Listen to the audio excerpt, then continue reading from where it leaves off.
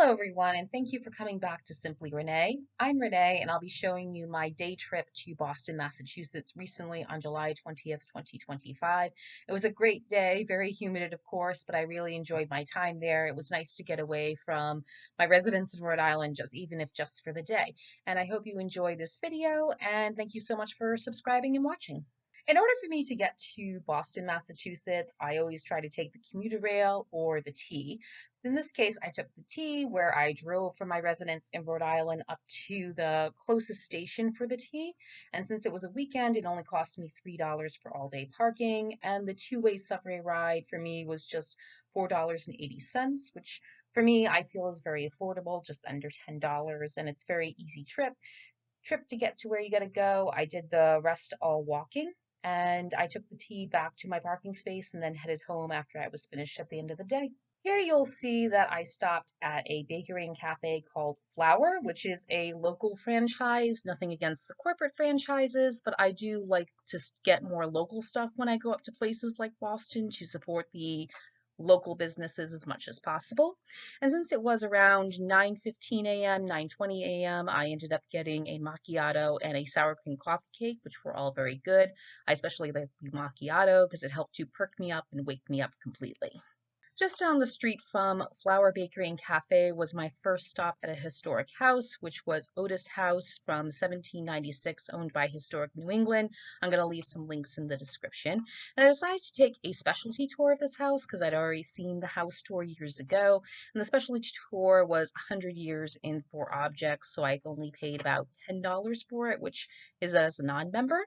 And I really enjoyed coming back to this house, though. It's from the 1796. It's an 18th century home, one of the few left standing in the architectural design by Charles Bulfinch, and was owned by a politician. These were from my phone camera of images on display in their little exhibit space, and one is of the photo from the parlor area where they did some entertaining. You can see a piano in the background, and you can also see a image of some wallpaper that had been left intact from the original house with a picture of William Sumner Appleton, who founded and established historic New England in 1910 and purchased the Otis House in 1916. And here is just an image from the Historic New England website of a wallpaper design in the office that was owned by Otis.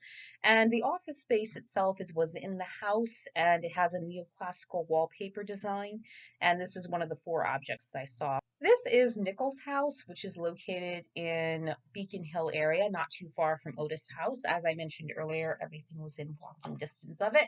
And I also took in some sights of the neighborhood. So if you ever want to just roam around a little bit, you can. Just bear in mind that a majority of these buildings are residences, but it's nice for an architectural look if you're curious and have a little time on your hands.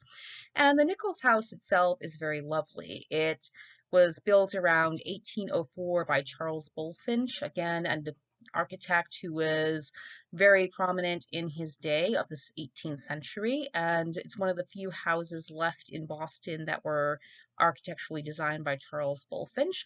And the Nichols house was owned, of course, by the Nichols family up until the 1960s, when Rose Standish Nichols was the last person to own the house, and then bequeathed it in her will to become a museum.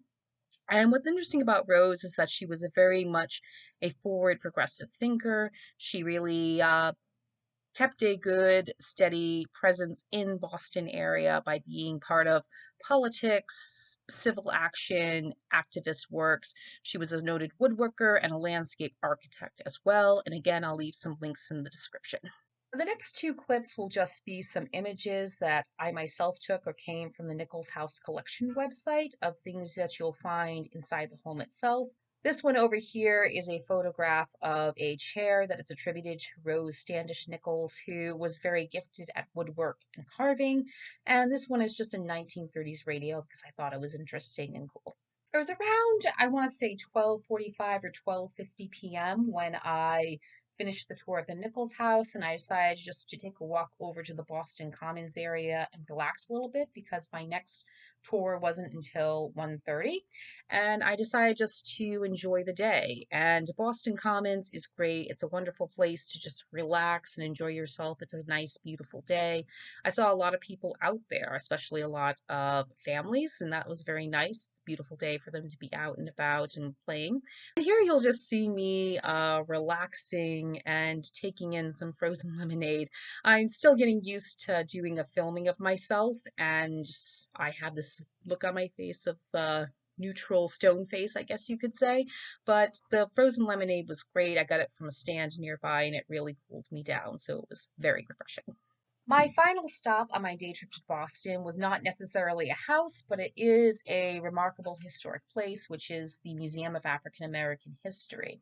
And what I really enjoyed about this one is that it did tell a lot about African Americans in Boston and their contributions to society, despite the deep prejudices they experienced, especially with being enslaved and trying to fight for their freedom, as well as battling for their rights of equality.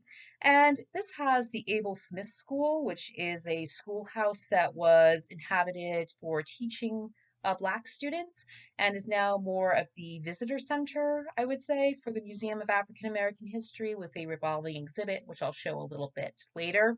Your basic tour, though, will take you to the African Meeting House, and this was a really nice one. It really shows the house of worship, and it has a lot of historic significance, which is that it's where you had a lot of speeches to try to create more abolitionist causes, especially in the 1800s.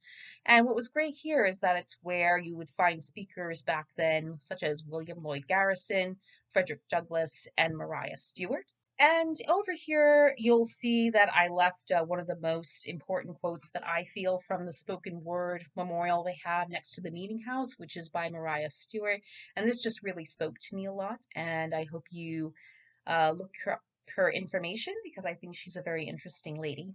And here is just a picture I took. And I know it's a little bit blurry, so I'll read off the names, but it came from the exhibit space in the Abel Smith School. And I'm just going to read off the names here. And it depicts 6 women that I think are very interesting that you can look up.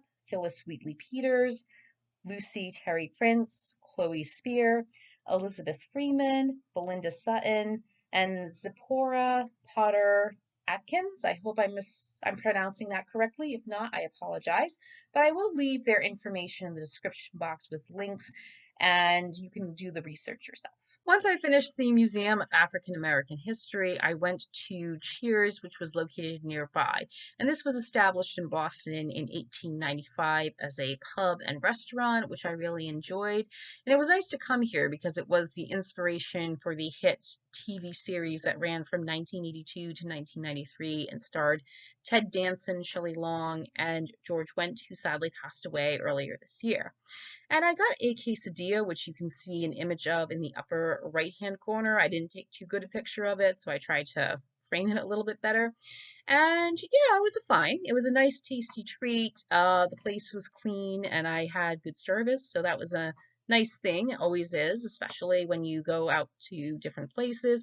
And again, it was a local place, so I really think supporting the local businesses is essential. Here you'll find my breakdown of the day.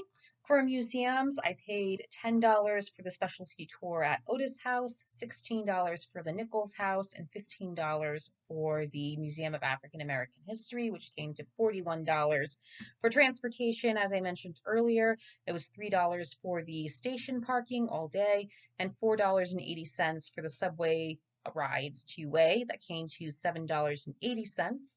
I got a keychain from the Museum of African American History because I am a keychain collector and it came to $4. And the food plus tips came to what you see here, $10.37 at Flower Bakery and Cafe, $8.70 for the frozen lemonade. I did give a dollar tip. I gave a dollar tip as well to Flower Bakery and Cafe. $6.68 at Cheers, and I gave a tip of $6. And $5.31 because I got a little juice just to give me some vitamins and hydrate me a little bit. And that came to $51.06 in total. So in total for the entire day, it's $103.86. And it feels a little steep just for one person like myself as an adult. but it was worth it because it was a nice day trip, a beautiful time. I really enjoyed the weather, and it was good just to kind of get out of my residence in Rhode Island and just enjoy the day because I think I really needed it a lot.